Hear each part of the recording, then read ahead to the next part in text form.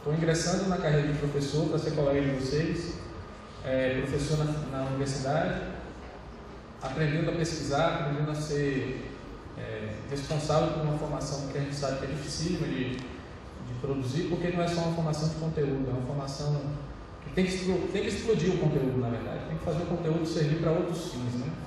E não ser uma coisa que, como um filme desse, que ele não sirva só para vocês responderem questões de uma prova de vestibular, mas que eles façam vocês descobrirem qual é a pertinência de uma coisa que aconteceu há mais de 40 anos atrás com o dia a dia de vocês. Foi isso que eu me perguntei quando eu recebi esse convite.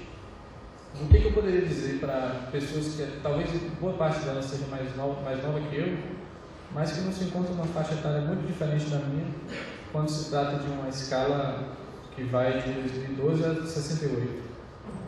A distância que vocês têm da vida de vocês até 68 é mais ou menos a minha também. Então, me sinto à vontade para falar numa posição histórica de surpreendido por 68, que é um ano curioso, porque, como o Cacá falou aqui agora, esse ano permitiu uma abertura de possibilidades que até hoje não são muito bem compreendidas, né? Parecia que tudo era possível. Todas as aberturas, todas as experimentações, todas as possibilidades de existência estavam em jogo de uma vez. Não era uma coisa gradual, não era uma reforma que estava sendo exigida. Estava sendo exigido o impossível. Uma das frases mais conhecidas de 68.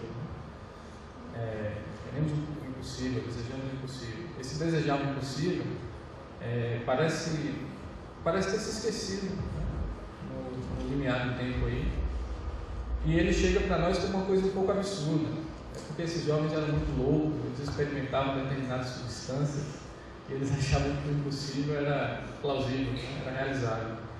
Ou que eles tinham coragem de enfrentar armas. A gente não tem coragem de enfrentar armas. Vou pegar um pouquinho d'água aqui na garganta seca.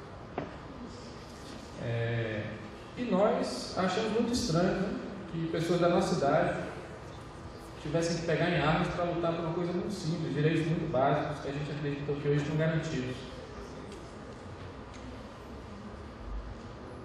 Ou que fosse tão necessário assim experimentar o próprio corpo, experimentar a própria consciência, experimentar formas de sociabilidade diferentes dessas que a gente conhece. E num limiar de 40 anos, parece que toda essa explosão que vem de 68 foi esquecida. Foi disso que eu falei um pouco no texto que me convidaram para fazer para esse evento de vocês, sobre o quanto me inquieta a maneira como a gente lida com a memória. Há uma fala fabulosa aí de um dos militantes de direitos humanos que depõe no filme. Ele diz que a memória é um espaço de luta política. A memória não é uma faculdade mental em que a gente acumula as coisas. Quando vocês descobrirem que a memória é plenamente afetiva, vocês vão ver que estudar para o vestibular fica muito mais fácil. Porque estudar para o vestibular, tendo a memória como algo que tem que ser cumulativo, né, de conteúdos e que a gente entulha como se fosse um depósito, isso não leva a nada do ponto de vista prático, até mesmo uma prova de vestibular é inútil. Agora, quando você vê que a memória é plenamente afetiva, que ela está carregada de uma força que é dos encontros que a gente tem na vida, você vê que esses caras passam anos da experiência deles, eles não precisam recorrer a nenhum tipo de documento para lembrar o que aconteceu. Isso aconteceu no corpo deles, né? Na experiência que eles tiveram uns com os outros. Acho que isso é uma coisa muito importante para a gente pensar, porque 68 parece uma coisa que aconteceu não há 40 anos atrás, mas parece que aconteceu num outro mundo. Não é nem na questão do tempo. Parece que não é desse mundo uma experiência tão prodigiosa, tão revolucionária como aquela que aconteceu não só no ano de 68, mas naquele momento. Parece que isso não nos pertence, né? Nós, como jovens, acreditamos que isso foi uma coisa do passado. E certas coisas que acontecem conosco hoje só acontecem em virtude do receio que o Estado, o capital, tem em relação ao abalo que 68 causou. Uma das coisas que me fazem pensar nisso é a dificuldade que a gente tem hoje de se mobilizar politicamente para experimentar outros modos de existir, outros modos de viver, que não dependam nem do Estado nem do capital. Isso não é uma coisa assim tão absurda, né? Era possível não vencer isso, mas experimentar, né?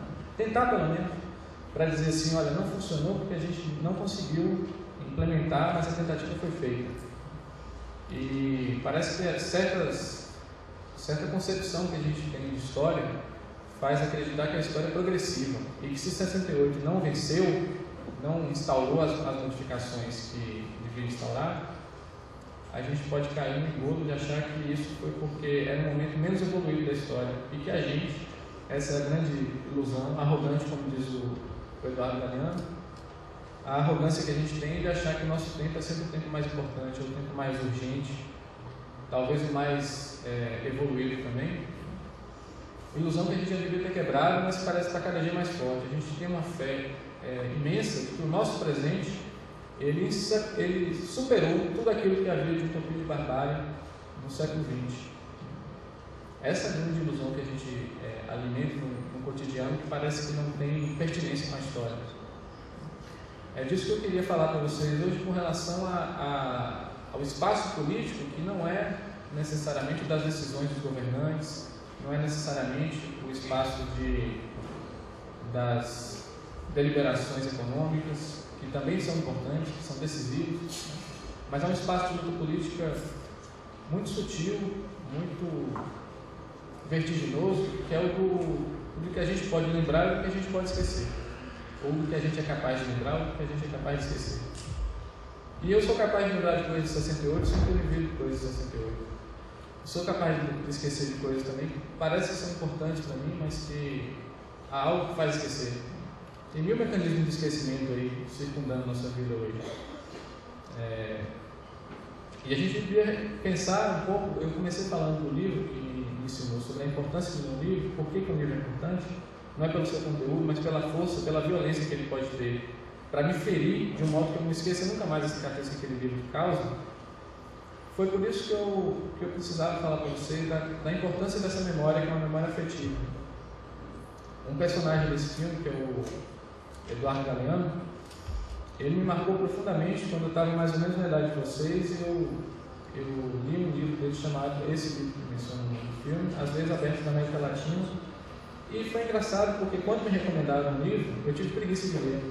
Era uma disciplina de sociologia, alguma coisa assim, e o professor me insistia, leia esse livro, é muito importante para você entender o que você é, e blá blá blá.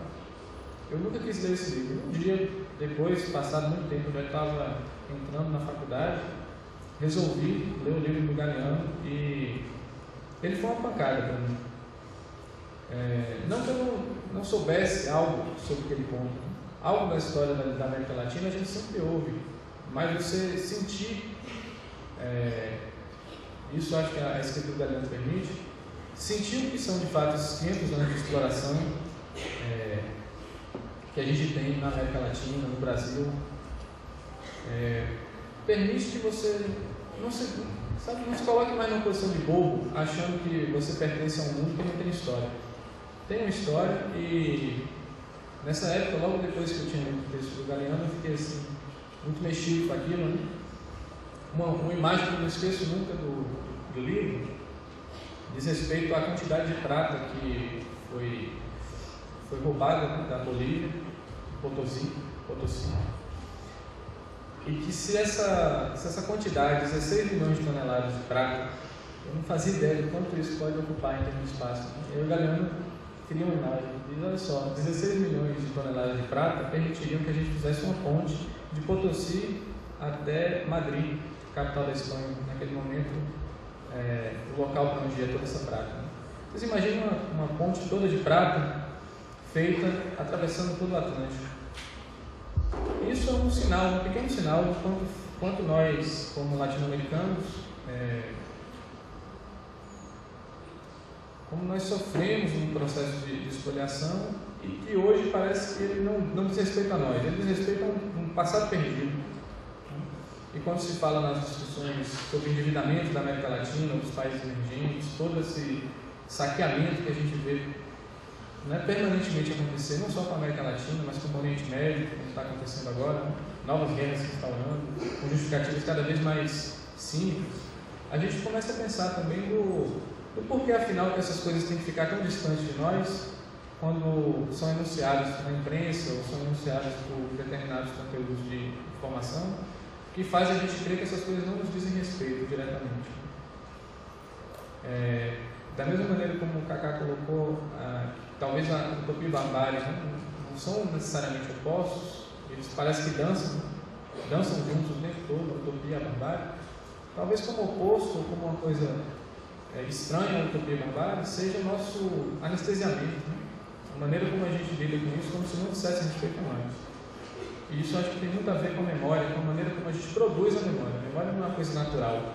A gente não lembra de fatos naturais. Vocês devem lembrar muito bem de situações em que vocês tinham certeza que aconteceram de determinado modo e todo mundo desmente, ou de algum momento você descobre que não foi bem daquela maneira. Você tinha uma crença absoluta de que realmente tinha acontecido assim, e aos poucos você descobre que não, que pode ter sido de outro modo, que você se enganou. Isso não é um erro da memória, isso é o próprio funcionamento da memória. A memória se produz, ela se fabrica. É um processo que tem mais a ver com a ficção do que necessariamente com a manutenção de uma verdade, a garantia de que as coisas aconteceram de fato como foi.